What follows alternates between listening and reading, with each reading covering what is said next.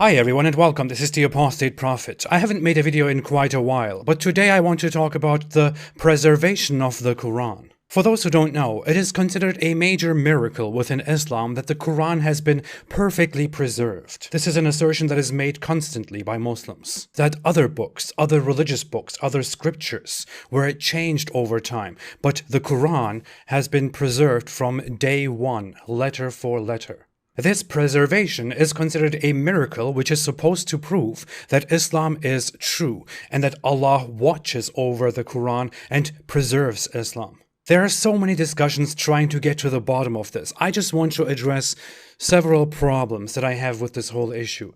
First off, which Quran are we talking about? What is that Quran that is supposed to have been preserved? Muslims read a Quran today, which is one of the several readings that are available of the Quran. We have several old manuscripts of the Quran that we can trace this Quran back to. Those manuscripts seem to have some huge differences, but they also seem to have significant similarities and agreements, which probably suggests that they lead back to one source, that is the original Quran. The problem is that this is just a suggestion, we cannot prove it. We don't have the original Quran, we don't know what the original Quran looked like, what it sounded like. We have the notable manuscript that is attributed to Uthman, we have the Sana manuscript, but it is then up to interpretation and to belief to lead those manuscripts back to one singular book, which probably never existed. How is that miraculous? If this is supposed to be a main miraculous feature of Islam, of the Quran, if this was Allah's plan, shouldn't there be one original book that we can verify? Shouldn't there be one book in the beginning that we know for certain is the original Quran? And that Quran would then be perfectly preserved. No change can be made to it. It cannot be left up to interpretation. With the situation at hand right now, no scholar in the world, no matter what you want to argue, can sit down and agree and say, we have proven that the Quran has been preserved. This is objectively true. It's not objectively true. You cannot say that. And that is not miraculous. A miraculous, perfect preservation, which is supposed to make us believe in Islam, should not be up to interpretation and faith. We are supposed to believe that the Quran was compiled and kept by the important successors of Muhammad's caliphate. And then the Quran spread in its perfectly preserved form, preserved letter for letter. But we cannot find that perfectly preserved book. Moreover, we also don't know how the compilation of the Quran actually happened. In the time of Muhammad, there was no physical book called the Quran. There were only recitations. Muhammad spoke the book. It was in people's memories and on people's notes. After Muhammad's death, the memorizers and scribes put the notes together, supposedly, after many of them died, mind you. And through a very hard, difficult task, the compilation was completed and the Quran, as it is today, was formed. We can't really trust this process of compilation, however. They were people, humans, they make mistakes. I would call it miraculous if we didn't have to trust certain people, if we could verify their work and confirm that they have indeed preserved it perfectly, that they have done it perfectly. We can't do that. We don't know whether the scribes and the memorizers of the Quran, which Muhammad recited to them, memorized and wrote it down correctly. They are humans, they could have made mistakes.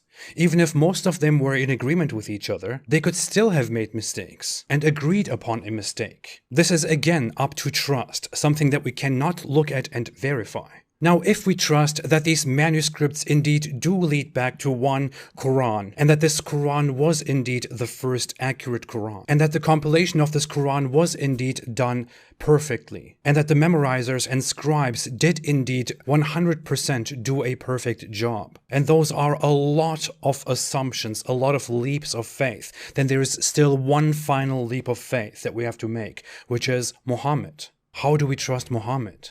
And this is the main problem with the whole preservation argument. Let us say that the Quran has been perfectly preserved. Let us assume, let us grant that for the sake of the argument. What exactly does it matter? What exactly does it say? If the text of the Quran, if the content of the Quran, if the quality of the Quran is poor, if it is unreliable, if it is bad, then what does it matter whether it has been perfectly preserved or not? A book can be full of nonsense, it can be full of pseudoscience, full of superstition, full of illogical crap, but it can be perfectly preserved. If you fully, perfectly preserve a book that is full of crap, then you will have preserved crap. Of course, to be fair, if you perfectly preserve a book that is just brilliant, flawless, then you will have perfectly preserved brilliance. But that's the issue. The perfect preservation of this book, which we, as established, cannot verify, and nobody will ever be able to verify,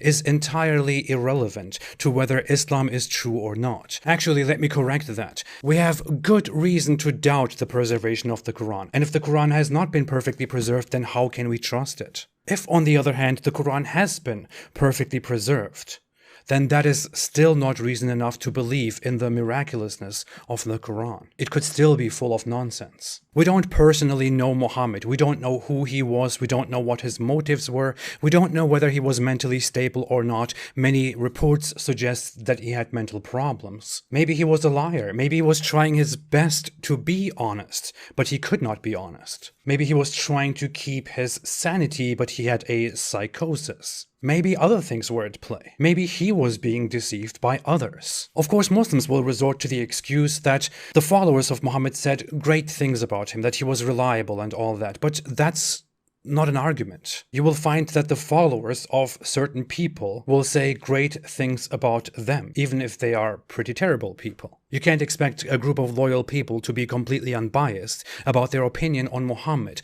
If we look at the Quran itself, we see that the Quran talks multiple times about how people call Muhammad a liar, or a sorcerer, as people would accuse each other in the past quite frequently, or a poet. And the Quran jumps to Muhammad's defense all the time. From there, we clearly see that people did not unambiguously consider Muhammad a reliable, sane, healthy person. If we look at the reports, the hadiths about Muhammad, about the things that he has done and said, we have too many flaws, too much information that he has shared, which is ridiculous, which is inaccurate, false prophecies. If we look at the Quran, we have a book that is extremely repetitive, that doesn't flow, that is not easy to read, that is obviously not easy to understand, that cannot be considered one of the greatest literary works of all time. And that is, if you look at it, full of misinformation. I myself made a compilation of 60 scientific mistakes in the Quran. We have books, we have texts that are much older than the Quran and much less significant than the Quran that were preserved. So the Quran is not necessarily miraculous in its preservation. We're talking about Islam. We're talking about the religion that makes this big claim of the perfect preservation which Allah will take care of. We're talking about Islam, which has the Quran at its core, believed to be Allah's direct speech that existed before the creation of humankind. You would expect that Muslims, that these people would give such huge importance to this Quran that they would do their best to preserve this book. It would then, as a result, not be too surprising that the Quran would have been preserved. Therefore, I would not even consider it miraculous if it had been preserved. But look, despite the effort, despite the importance, the preservation cannot be verified. I don't know how else to say this, but the entire argument surrounding the perfect preservation of the Quran is nonsensical. It is incoherent. It doesn't do anything in proving Islam true. It is merely a matter of faith. If you want to believe that it happened, then you will believe that it happened. You certainly don't have any proper sources to verify the objective truth of the perfect preservation of the Quran. It does not exist. This is not a good reason to believe in Islam. On the contrary, this is a good reason to doubt Islam even more. Thanks for listening. If you like this video, please don't forget to like, to subscribe, and to share. If you want to support me and what I'm doing, please consider supporting me on Patreon or on apostateprophet.com. I appreciate your support very much. I will be back. Have a fantastic day and stay away from Islam.